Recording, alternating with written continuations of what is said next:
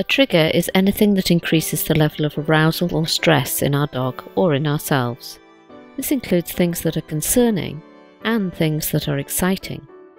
As well as people and other animals, triggers can include objects, sounds, smells, physical pain or tension, memories and experiences, even the weather. You very often hear people say, well, it's unpredictable. Some days they'll be fine with their dog and another day they're not. Or some days they're fine with men in hats and other days they'll bark at men in hats. And so it's completely unpredictable. Well, it's not, because what's happening is that the men in hats is always a trigger.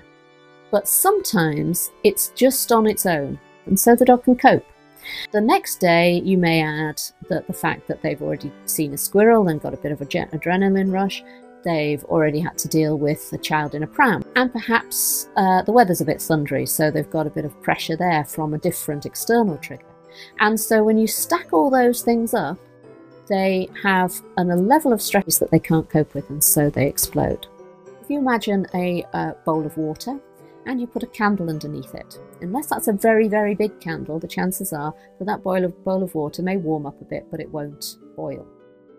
If you start adding more candles, so you put lots of candles underneath, each one you add will increase the likelihood of the water reaching boiling point. And once you get to a critical mass of candles, then you will get water boiling.